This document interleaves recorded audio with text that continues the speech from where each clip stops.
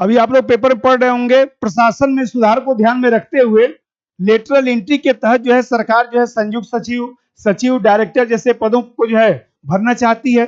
देखिए lateral entry का सामान्य अर्थ क्या है। यूपीएससी जो है 3 चरणों में जो पीटी मेंस इंटरव्यू की परीक्षा होती है, बिना परीक्षा दिए ब्यूरोक्रेसी में उच्च पदों पर नियुक्ति है, उसी चीज को हम लोग लेटरल एंट्री कहते हैं। यह कोई नई अवधारणा नहीं है, बल्कि आजादी के बाद से ही इसका प्रयोग होता रहा। नाम पहली बार प्रयोग हो रहा है। आप रघुराम राजन साहब को देखे होंगे, स्वामीनाथन साहब को, कृष्णमूर्ति साहब को, सैम पित्रोदा, इस तरह के लोगों को आप लोग देखे होंगे। ये लोग कोई आईएएस अधिकारी थोड़े न थे। अरे आप जो है पूर्व प्रधानमंत्री मनमोहन सिंह साहब को देख लीजिए। 1971 में जो है वाणिज्य और उद्योग मंत्रालय में जो है आर्थिक सलाहकार के रूप में उनकी नियुक्ति की गई थी। वो भी जो है देखा जाए तो निजी क्षेत्र से ही आए थे, कोई वो भी अधिकारी तो रहे नहीं। 1972 में जो है वित्त मंत्रालय में जो है मुख्य आर्थिक सलाहकार के रूप में जो है संयुक्त सचिव के स्तर का जो पद है उस पर उनकी नियुक्ति हुई थी। नीति आयोग में अरविंद पनगड़िया साहब, देखिए आप लोग पढ़े होंगे, वो भी जो है निजी क्षेत्र से ही आए थे। तो आप देख रहे हैं कि हम लोग के यहाँ जो है वह यूपीए जो सरकार थी, जो कांग्रेस की सरकार थी, उसी समय से ये सब नियुक्तियां होती रही हैं। लेकिन 2018 में केंद्र सरकार ने जो है बाकायदे एक व्यवस्थित तरीके से जो है लेटरल एंट्री एक शब्द भी दिया, बैकडोर एंट्री, उसी को लेटरल एंट्री कह सकते हैं। और यहाँ पर जो है सरकार ने कहा कि भाई जो भी उच्च पद हैं, सचिव, संयुक्त सचिव, इस तरह के पदों पर जो है अधिकारियों को रखने के लिए एक आदेश जारी किया गया। लेकिन आप जानते हैं कि उसमें कहा गया था कि 15 वर्षों का अनुभव रखने वाला जो व्यक्ति है उसी को हम लोग इन पदों पर रखेंगे। विश्वविद्यालय हो, चाहे निजी क्षेत्र के व्यक्ति हों, चाहे कंपनियां हों, चाहे एमएनसीज के लोग हों, ऐसे लोगों को इन पदों पर रखा जाएगा। यहीं से यह जो है, और अभी आप लोग पढ़ते होंगे 4-5 दिन पहले जो है वो लगभग 40-45 पदों के लिए नियुक्ति भी सरकार ने निकाला था। लेकिन काफी विरोध हुआ और अंत में सरकार ने अपना जो फैसला है सरकार ने उसको वापस ले लिया सरकार ने। अब यहाँ मुख्य मुद्दा यह है, आखिर लेटरल एंट्री की आवश्यकता क्यों महसूस हो रही है।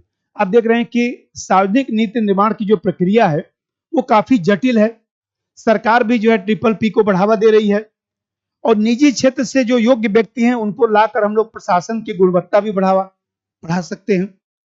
सबसे बड़ी बात यह है कि राज्यों में जो आईएएस अधिकारियों की नियुक्ति है, तो ये अधिकारी जो है केंद्रीय प्रतिनियुक्ति पर जो है बहुत सारे अधिकारी दिल्ली ही नहीं आना चाहते हैं, जिसके कारण केंद्रीय स्तर पर जो है तमाम जो पद हैं, संयुक्त सचिव स्तर के जो पद हैं, सचिव स्तर के जो पद हैं, डायरेक्टर के पद हैं, तमाम पद खाली भी हैं।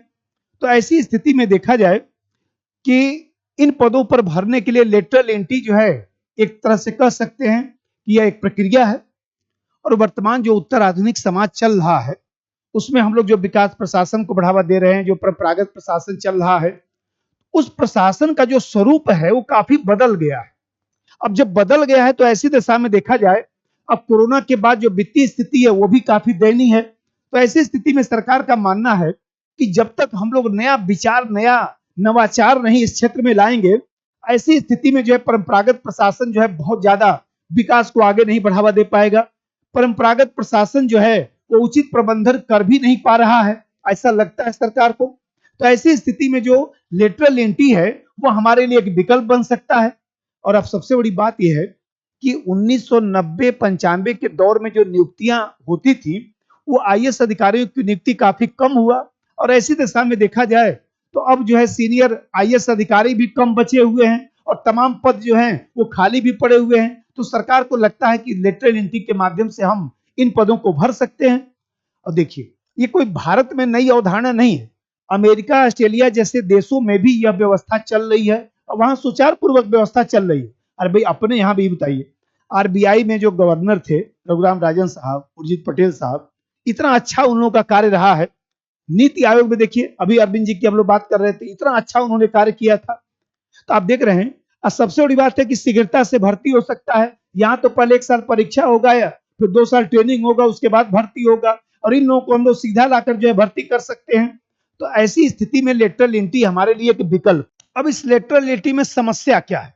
सबसे बड़ी समस्या तो यह है कि जो निजी क्षेत्र का व्यक्ति आएगा वो क्या करेगा। निजी क्षेत्र की मनोवृत्ति क्या होती है? लाभ अर्जित करने की होती है, तो भ्रष्टाचार की प्रवृत्तियां बढ़ सकती हैं। दूसरी समस्या है कि सरकार भी अपने राजनीतिक स्वार्थ की पूर्ति कर सकती है।